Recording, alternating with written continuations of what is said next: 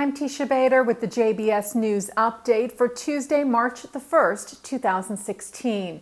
Two IDF soldiers were forced to abandon their military vehicle last night and flee after coming under attack in a Palestinian refugee camp in the West Bank. The two, who were from the non-combatant K-9 unit, got lost and accidentally drove the vehicle into the Kalandia refugee camp just before 11 last night, when they came under attack by Palestinians throwing stones and Molotov cocktails, which set their vehicle on fire. The soldiers escaped from the vehicle and opened fire, ultimately fleeing the scene, fearing for their lives. Israeli forces entered the camp to rescue the soldiers, and in the clashes that ensued, one Palestinian man was killed after the IDF said he fired on one of their officers. Several Israeli forces were injured, but none with life-threatening injuries. Both soldiers that went missing were recovered safely and unharmed. One was found by Israeli forces within about half an hour. The other was able to reach a Jewish settlement in the area and contact the army. The newly developed and tested David's Sling missile defense system will soon be up and running. Israel's Ministry of Defense said in a statement today that after a series of concluding trials of the David Sling aerial defense system, Israel's Missile Defense Organization at the Defense Ministry, together with the U.S. Missile Defense Agency, began delivering major components of the system to the Israeli Air Force. The system is designed to help Israel more effectively defend against medium-range rockets. It will take a few weeks to deliver all of the components and control systems. The Anti-Defamation League has partnered with the leading Israeli policy and strategy nonprofit group, the Reut Institute, in order to fight the growing threats of the BDS, boycott, divestment, and sanctions movement, which seeks to delegitimize the State of Israel. ADL National Chair Marvin Nathan said of the new partnership, ADL has worked on various fronts over the years, especially on campuses, to combat divisive and damaging anti-Israel initiatives. Working with Reut, he said, we will develop a solid framework of comprehensive action that is informed by research and data.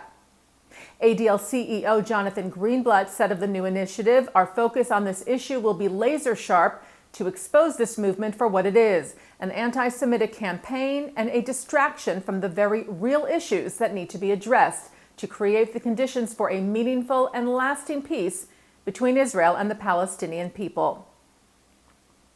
U.S. President Barack Obama signed an anti-BDS bill into law last week. The Trade Facilitation and Trade Enforcement Act of 2015 was passed in the U.S. House of Representatives in December and in the Senate on February the 11th. Obama signed the bill into law on Wednesday. A large part of it promotes U.S.-Israel trade and requires non-cooperation with entities that participate in the BDS movement against Israel. The president said at the signing, I have directed my administration to strongly oppose boycotts, divestment campaigns, and sanctions targeting the State of Israel. The president did note, however, that those protections would not apply to settlements in the West Bank. The BDS portion of the Trade Enforcement Act was backed by the American Israel Public Affairs Committee and was authored by Republican Peter Roskam of Illinois and Democrat Juan Vargas of California. The World Jewish Congress, together with the Permanent Mission of Israel to the United Nations, will host the Women's Engineers of Tomorrow event tomorrow in cooperation with Israel Aerospace Industries, celebrating young women's achievements in the fields of technology and engineering. WJC CEO and Executive Vice President Robert Singer said Israel leads the international field in technology and innovation, and through educational programs like these, more young people, both boys and girls, are becoming inspired to continue the trend and work toward building a better society for us all. Taking a look now at our programming for tonight, Tuesday, March the 1st on JBS. At 7 o'clock, feminist, scholar, and author Phyllis Chesler addresses ISGAP.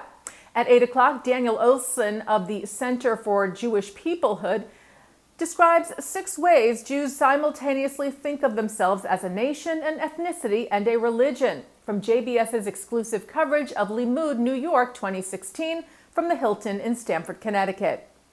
Then at 9 o'clock on L'chaim, part 1 of Mark Golub's interview with Rabbi Brad Hirschfeld, who is president of CLAL, the National Jewish Center for Learning and Leadership. Part 2 airs tomorrow night, Wednesday. At 10, Ethan Bronner of the New York Times and Daniel Gordis of the Shalem College in Jerusalem talk about issues relating to the media's reporting on Israel with Gary Rosenblatt of the Jewish Week. And that's the JBS News Update for Tuesday, March the 1st, 2016. I'm Teisha Bader.